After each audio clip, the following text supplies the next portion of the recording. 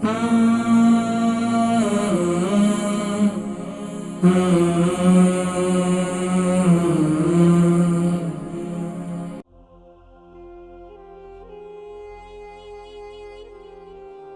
علیکم.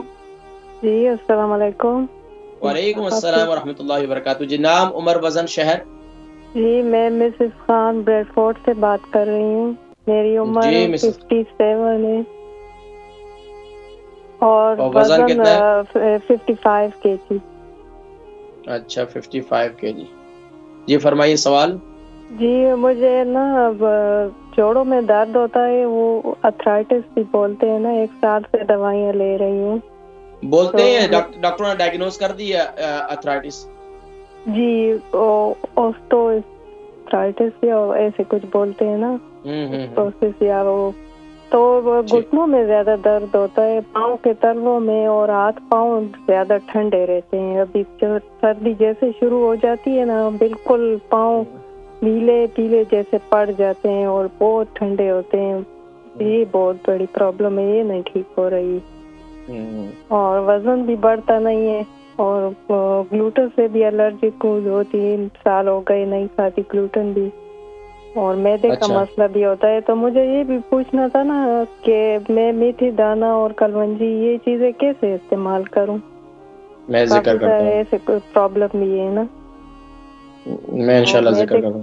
میدے کا مسئلہ بھی ہوتا ہے، کمزوری فیل ہوتی ہے ٹانگوں میں، میدے میں گھٹنوں کیا میں بھوک نہیں زیادہ. لگتی؟ کیا میدے میں درد ہوتا ہے؟ کیا ہوتا بھوک کم لگتی ہے، بہت کم لگتی ہے. میدے میں جلن ہوتی ہے نا، وہ میدے کی کیپسول بھی لیتی ہوں دوائی. ہے؟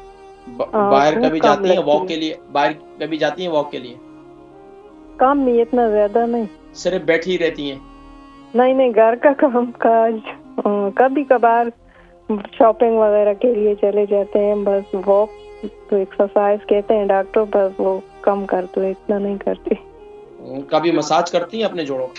جی بہت کرتی ہوں. اولیو آئل کا روز رات کو، پاؤں کا، گھٹنوں کا، تبھی بس یہ تھوڑا سمجھ لیں آرام یہ ملتا ہے. آپ کی زندگی کا حصہ ہے، جی اس کو چھوڑنا نہیں ہے آپ نے.